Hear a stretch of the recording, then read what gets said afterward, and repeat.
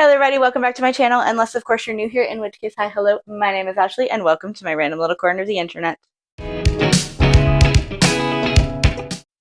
As you can tell from today's title, we are doing my March reading wrap-up. Is it a little late? Yes, but we're still going to talk about it, because I still read them, and they still exist. I finished 5 books in March. I started one, got a pretty good chunk into it, but I counted it with my April, and when you watch my April wrap-up, you'll see why. It had to do with Magical Readathon. It's fine. Anyways, so let's start with some statistics. I think data. Let's start with some data points. I read 5 books in March. 1 was a nonfiction. 4 was nonfiction. 2 of them were audio and 3 of them were digital.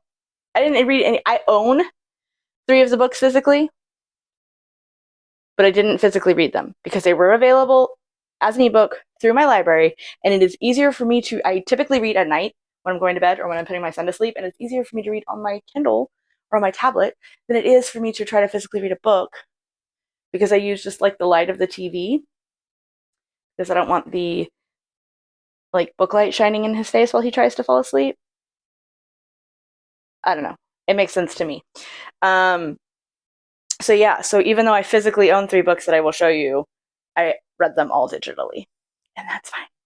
The first book that I read in March is the 3rd Gilmore, which is, I almost said Emily Bishop. Nope. Emily is her character's name, obviously, in Gilmore Girls, or Kelly Bishop's memoirs. An iconic queen. Are you kidding me? Obviously, I already loved her. Loved her in Dirty Dancing, and then loved her in Gilmore Girls. Really the only things I've ever watched her in. She's been in many, many more things. But I learned so much from this book. First off, she originally auditioned to play the lady in Dirty Dancing. Got originally auditioned and got the role for the lady whose husband pays for her to have dancing classes and then just isn't there during the week. And I forget what they call them. Bungalow bunnies or something like that. To where they like have relations with like the resort staff or whatever when their husbands aren't there during the week. Like the really sexy dark-haired lady. That was originally the role she got. And then one day she gets to set, and because they haven't started filming yet, they get to set and they're like, "Hey, we need you to stand up here with the family." And she's like, "What is happening?" And they're like, "Oh, we didn't tell you. You're going to play the mom." Because the other lady backed out. And she's like, "What?" So yeah, that was really cool. Also, the Broadway play chorus line was like about her, not about her specifically. Like they had like workshops about it was dancers who were trying to find other roles in show business. Where like they've always been dancers, so they've always been in the background, but there's some of them who want to learn how to act, they want to sing, they want to direct, they want to do things like that. And so they created this workshop, and they all got together and they all talked about it and things like that. And somebody was writing all of this stuff down, and they ended up like turning it into a show. And that is what a chorus line is. So the song, I don't remember what song it is. I'll try to put it on the screen if I remember to do that. But yeah, it like it's her life. It's her words that she said about like her mom and stuff like that. And it was crazy. But it was amazing. She obviously narrated it herself, which is great. I don't know, she's just got a good voice. It's a good voice. But anyways, I gave it a 5-star, obviously. My favorite book of March. It was amazing that I started the gate, like right off the gate with this book. Unfortunately, everything else kind of went down. Not really. I say that everything went downhill. It didn't go downhill. It was still a good month. But this one was 5 stars. It was amazing. I loved it so much. The next book that I read was my sister story swap pick for March that my sister gave me, obviously, and that is Seraphina by Rachel Hartman. I gave it a 4-star. So in this world that we're in, we have people who walk around, but they're also can transform into dragons, which is crazy. And so we have Seraphina, who is part dragon, and nobody can know that because dragons have to be, I guess, cataloged. That's not the right word, but like you have to. There is a underlying, not even really underlying, it's very in your face racism in here, where we don't really like the dragons. They're vicious and they're, they started the war and all kinds of other stuff. And it's like, maybe not. I do want to read the next one. But Seraphina is half dragon, and she just can't let people know that. But yeah, it was really, really good. I enjoyed it. She's a bit old for the role, but in my head, this is who I kept seeing. I am watching The Great right now with Elle Fanning and Nicholas Hoult, and she plays like the maid slash best friend slash no longer best friend. I need to finish it. I'm not quite there yet. But this is who I pictured the entire time reading Seraphina. I don't know. Maybe because she's just gorgeous. But yeah, so I can't really tell you much else about it, but it was a 4-star. I really enjoyed it. And yeah, the theme was literally the prompt for my sister was a book about dragons or features dragons or something like that. And I gave her A Language of Dragons. So they were both like politically driven stories. And yeah, this one's going to be so bad. This is what happens when you don't film your reading wrap up right after you read the things. I need to start doing it like vlog style. As soon as I read a book, film like a wrap up about that book specifically, and then just compile it. Because otherwise I'm just going to be like, so yeah, I read that, and this is what I rated it. Because sometimes I don't remember. Clearly, I remembered the third Gilmore, no problem. But that book was great and like fantastic. That sounds bad. Like the rest of them aren't great, and they are. They're fantastic. That one was just like, top tier. So yeah, but that's where Seraphina, 4 stars. Dragons. I highly recommend if you like dragons. The next book I read is The Iron Will of Genie Lo. This is the second book in a duology by S.C. Yee. It is about a girl who she finds out that she is the reincarnation of this weapon that was used by Wukong, the Monkey King. She meets this boy in school. He's a new kid in school, and turns out he is a reincarnation. Not necessarily reincarnation. I'm really a little confused. I do need to kind of go back and reread it. I don't know if he's the reincarnation or if he's just immortal and is just in this teenage body. I can't remember exactly what it is, but so he is Wukong, and he finds her, and she is his weapon that he uses, like literally physically a weapon at one point, and now it's kind of, obviously she is in this teenage body form. And so it kind of gives Wendy Wu Homecoming Warrior. If you ever watched that DCOM movie, like with Brenda Song, it's kind of giving that, in which it's like, oh wait, you're this epic ancestor or something like that, and you have to train in order to save the world. Is basically kind of what happens to Genie Lo. But it's great. It's fun. It's a good fun time. I gave it a 4-star. I also gave the first book a 4-star. Like, they're fun, and they're full of like fun magical things, and there is like a little romance in it and betrayal, and yeah, it's fun. I do recommend this. I really enjoy FCU's writing. He's also written he wrote the 2 Kyoshi books. I almost said just Yoshi. The 2 Kyoshi books for the Avatar series, as well as the Yang Chen ones. He did not write the Roku ones. Roku's by somebody else, but I believe he wrote the Yang Chen one as well. I could be wrong. But yes, those were fantastic. Loved them. These are just as good. I'm going to see if he's written anything else because I love his writing style. It's great.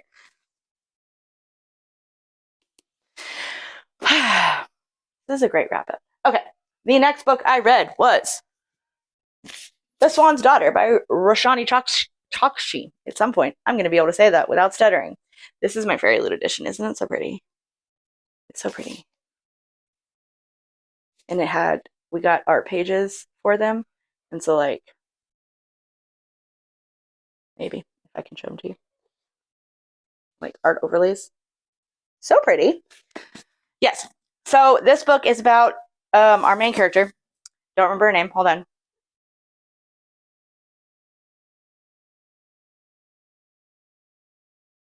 What the heck? Demelza. It was telling me about the prince. We'll get there in a second. So Demelza is born, and she is a swan.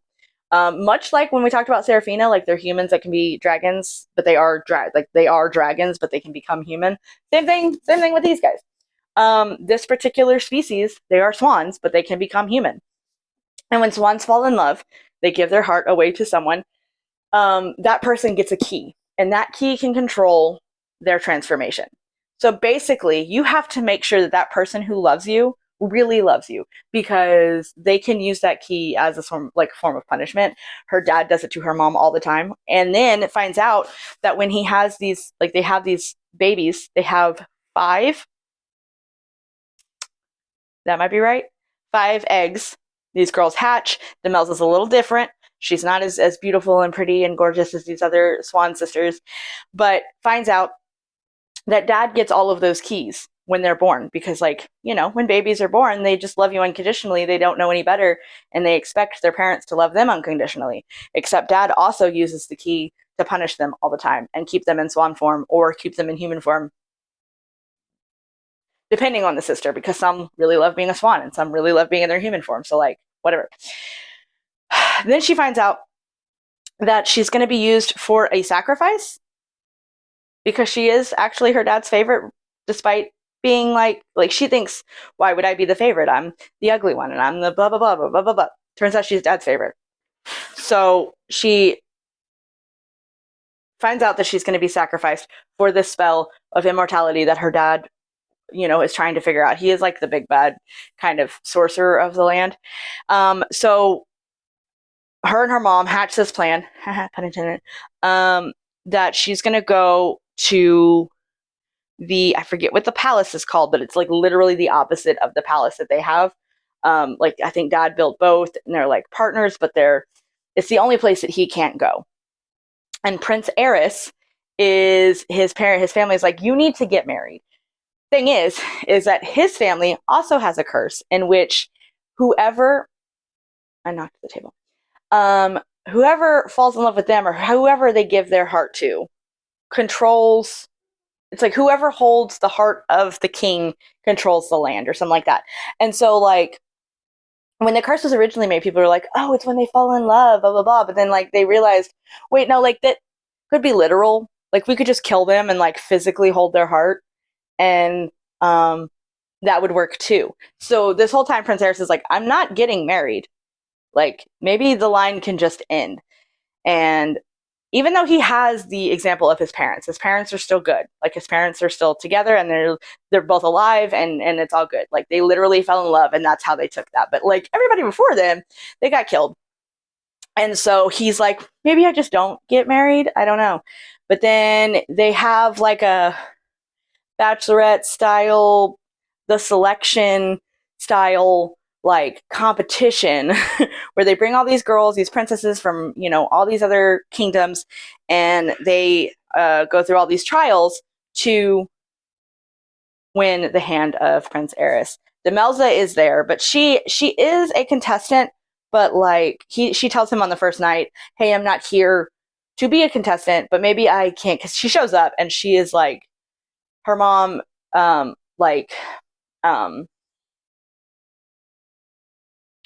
don't want to say, like, hexed her. She didn't hex her. It was, like, to help her. But put some sort of spell on her where she can't be clean. Like, she has sticks and mud in her hair, and she's covered in mud, and she kind of stinks a little and everything like this, but she's supposed to be in hiding. So, like, obviously everybody wants her to not be there because she's not right for the prince. But a different thing about swans is that when they sing, their song causes people to tell the truth. So that's another part, is that people want the swans because then they can use them for nefarious purposes, like, war and things. So she tells the prince that, hey, I can help you to know who's here for the right reasons and who's not. And so they kind of, like, devise a plan. And so then it's kind of like miscongeniality, where it's like, no, I need to make it to the final round in order to protect what's happening. And then it is a romance book, so obviously not really a spoiler alert, because obviously they fall in love. And it's all good. There is a slight miscommunication, and it's just like, if you guys would just talk to each other, we wouldn't have this issue. But of course, we do, because everybody loves a miscommunication, so. Anyways, so yeah, Swan's Daughter. I read it audio. I did the audio for that one, and I really enjoyed it. I'm going to put the audio narrator on the screen because I do not remember who it was, but they did an excellent job, and I gave it a 4-star. Yes, I gave it a 4-star. And then the last book that I read in March was an e-arc of Espiritu, which is the second book in the Cemetery Boys. I think it's just going to be a duology. I think it's going to just be these two. But it's the second book for the Cemetery Boys.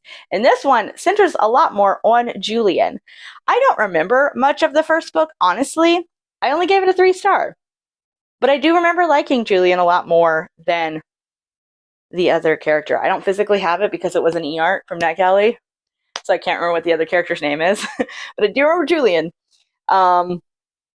And because of the event, this one is, I do remember more of it, but because of the fact that it is a sequel, I don't want to get too much into what happens in this book.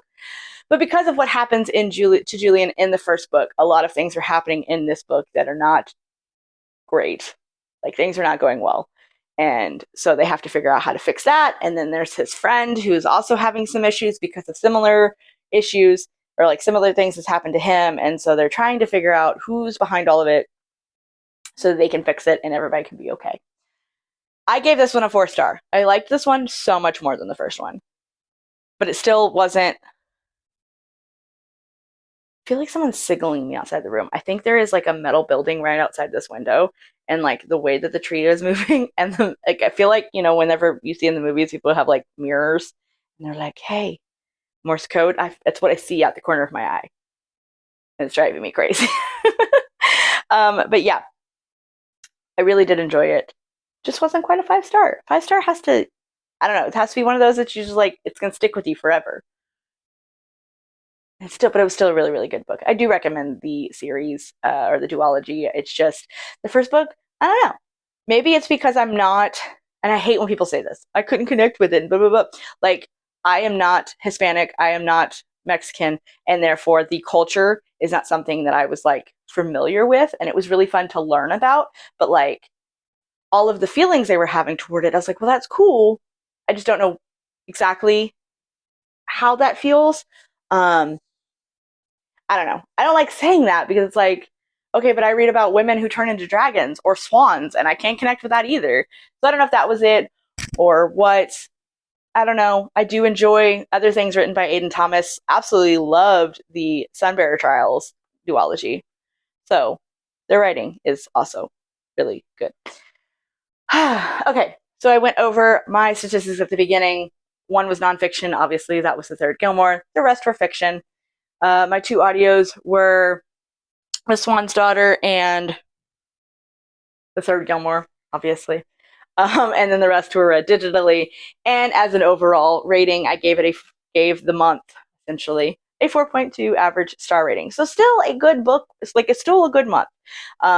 It just, no, only the 1 5-star. I used to hand out 5 stars like it was freaking candy. I'm not even going to lie. But I've been a little more selective, but I still give a heck ton of 4 stars.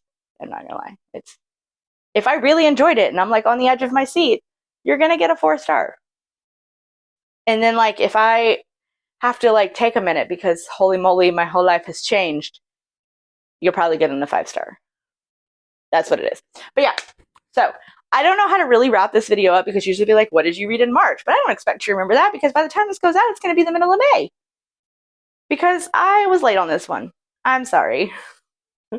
So, but what have you been reading lately? What did you read lately that you really enjoyed? But yeah, and then I guess let's see what emoji do we want to leave this time? Let's leave a key in the comments for the Swan's Daughter. You know, but we're not tricking swans. We're not gonna punish them for being what they are, for loving people. So yes. If you like this video, go ahead and hit the thumbs up button as well as the big red subscribe button and the notification bell so you're always notified every time that I upload. And until next time, bye!